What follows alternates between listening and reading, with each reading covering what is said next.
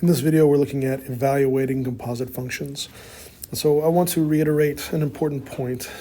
So when you look at A, right here, f of g of 1, remember that it can also be written as f of g of 1. Now we looked at how to actually substitute in g of x into the f of x function. We talked about what it means to find the domain of those functions. Now we're looking at evaluating.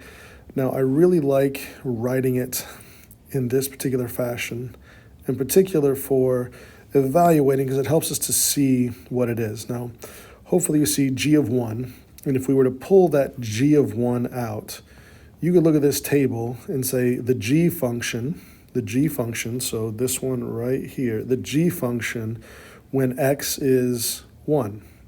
So if I look at the g function, and where x is 1, so x is 1 right here, and if I look down at the g function, that means g of 1, the g function at x value 1 gives us that right there, 0. G of 1 equals 0.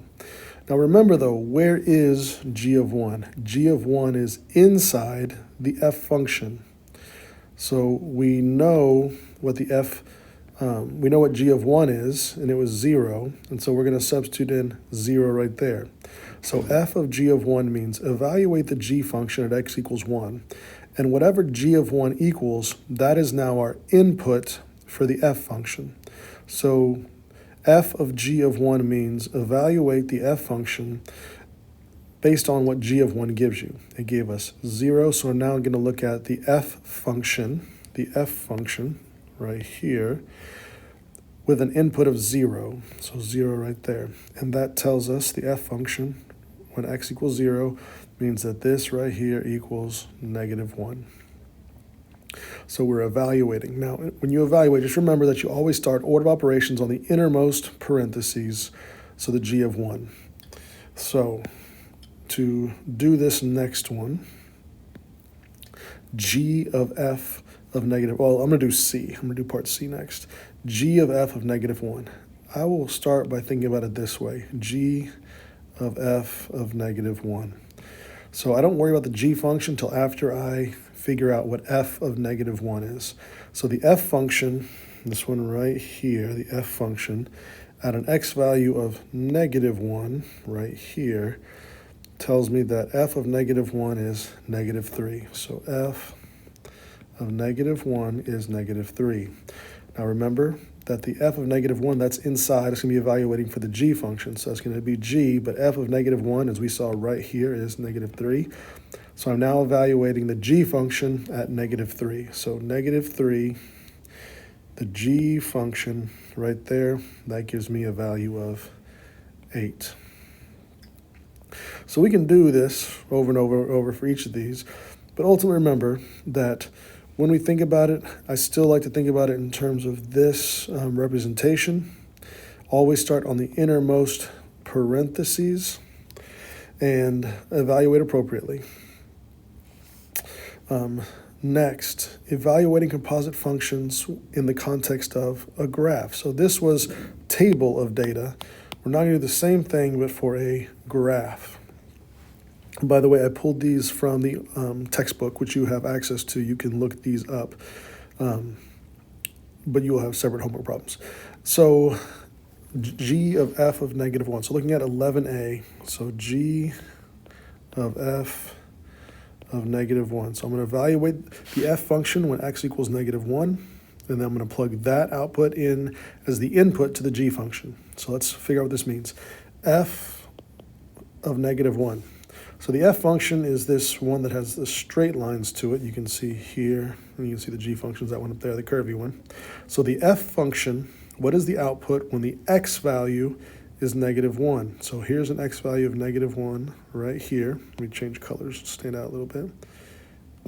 So f of -1. So at the x value -1, the f function has that value right there, which is 1. So f of -1 equals 1. Now remember that that is the input for the g function. So now I'm going to evaluate the g function at 1. So I go over to an x value of 1, and I see where does the g function have a value. And if I look up, it goes right up here, right there. So g of 1 is 4. So g of f of -1 equals 4.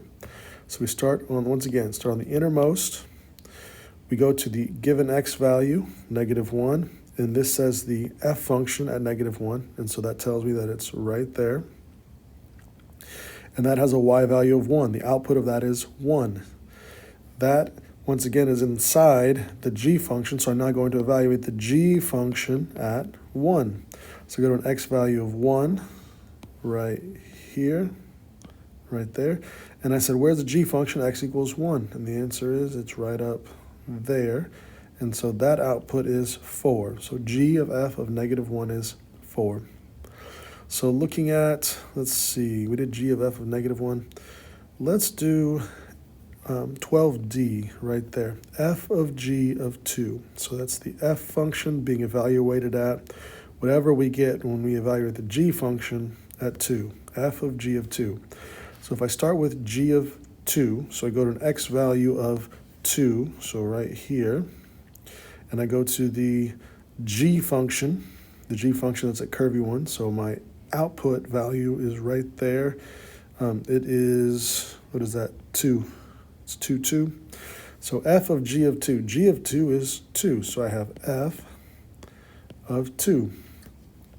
So same x value, but the f function is down here, and that has an output of -2. So f of g of 2 is equal to -2. So first we found g of 2, which happened to also be 2. And then I found f of 2, which gave us that value right down there, -2. So we look at the graph. We find the first piece by finding the appropriate x value, then looking at the appropriate function. And once we've done that, we use that as the input for the outer layer, the first function, in this case, the f function. In the original example, it was the g function, whatever it is. But I would encourage you to keep things straight. F of g of x. Use this. It really helps me keep straight. Start at that inner layer and move your way out to an outer layer. Now, lastly, we're going to evaluate composite functions in the context of just equations. So I have an f function and a g function. F is f of x equals 2x, and g of x equals 3x squared plus 1. And so when I look at part A, f of g of 4, oops, didn't mean to do that. There we go. F of g of 4. So I first need to evaluate the g function, this one, for 4. So that quite literally means I'm going to do g of 4 is equal to 3 times 4 squared plus 1. 4 squared is 16, so I have 3 times 16 plus 1. 3 times 16 is 48, plus 1 is 49. So I have g of 4 equals 49. Now remember that g of 4 we got from the inside. So I need to evaluate the function at what g of 4 gives us. G of 4 gives us 49. So I'm now going to evaluate f of 49. So remember that the f function was 2 times x, so 2 times 49, which gives me a value of 98. So f of g of 4 gives us 98. If I flip it around, so this was the work for part A. If I flip it around to look at B, I have g, change colors here, I'll have g of f of 2. So I got to start by finding f of 2. So that's f of 2. So that's 2 times 2. So we substitute it in. So f of 2 is 4. And that now is my input. Because we were evaluating the g function based off of f of 2. Well, f of 2 is 4, so now I need g of 4. Well, we actually already did g of 4. It was actually this right here that we did, so I know that that's going to be g of 4 is 49. And that's it. G of f of 2 is 49. So you can try out more of these examples. These are pulled straight from the textbook, just some of the practice problems. But we're looking at evaluating functions based on equations, evaluating composite functions looking at graphs, and evaluating composite functions looking at a table of data. Please reach out